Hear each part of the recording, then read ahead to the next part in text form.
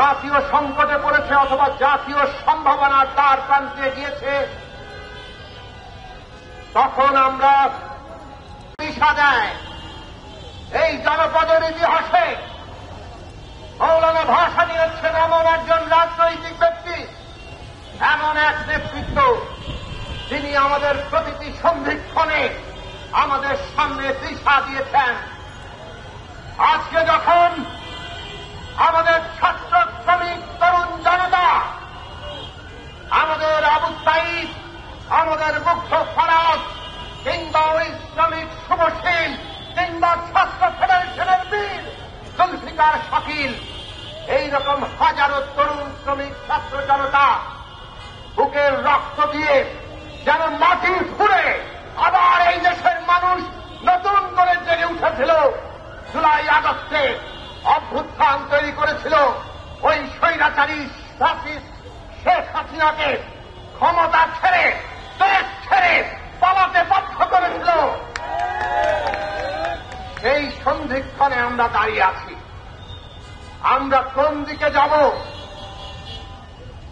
আমরা কি মানুষের সেই মুক্তি, স্বাধীনতা, সার্বভৌমত্বের দিকে যাব, নাকি আবারও আমরা ওই ফ্যাসিবাদের নানান রকম জাতাকলে পিষ্ট হব? আমাদের উপরে বিদেশিরা তাদের খবরদারি করবে। মৌলানা ভাসানী যখন আমরা স্মরণ করি, আমরা তার সংগ্রামকে স্মরণ করি, আমাদের সামনে দুটি প্রশ্ন আসে।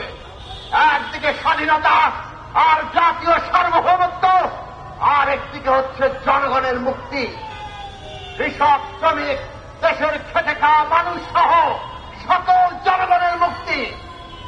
বন্ধুরা আমার, আজকে আমাদের সামনে দুটো চ্যালেঞ্জ খুব পরিষ্কার। একদিকে হচ্ছে ওই পতিত ফ্যাসিস্টরা, তাদের যারা এখনো দোসর দেশের ভেতরে, আর তাদের বিদেশি দোসর যারা এখনো বাংলাদেশকে রক্তচক্ষু দেখিয়ে দাবিয়ে রাখতে চায়, তাদেরকে আমরা কিভাবে মোকাবেলা করব?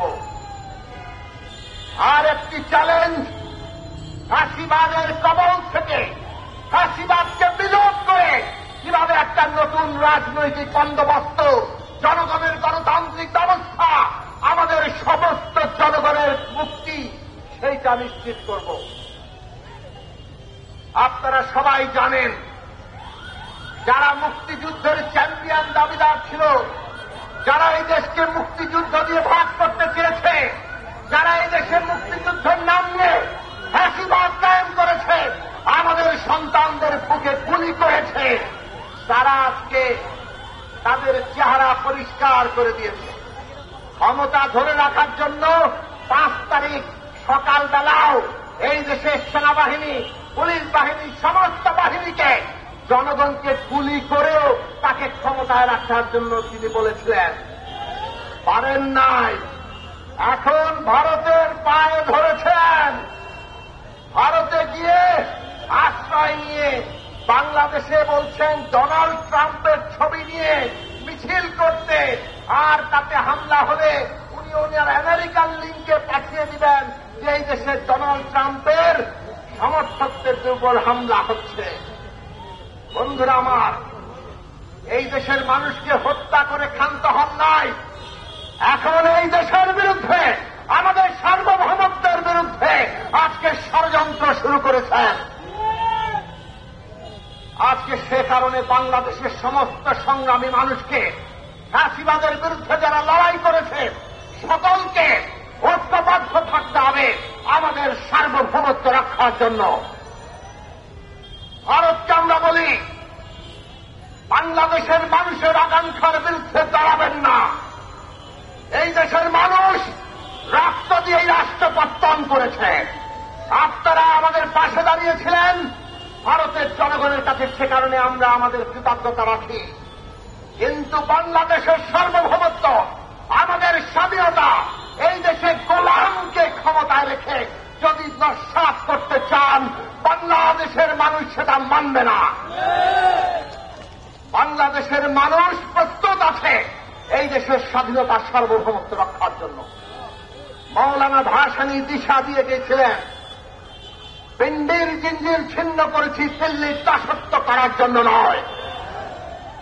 এই দেশের সমস্ত ছাত্র শ্রমিক জনতা 24 সালে জুলাই আগস্টে জেগে উঠে বলেছে, আমরা দিল্লির দাসত্ব করব না, বাংলাদেশ মাথা উঁচু করে দাঁড়াবে, ন্যায্যতা আর অধিকারের সমতার ভিত্তিতে সুসম্পর্ক রাখতে যদি চান সুসম্পর্ক থাকবে, আর না হলে বাংলাদেশের মানুষ কোনো দাসত্ব মেনে নেবে না।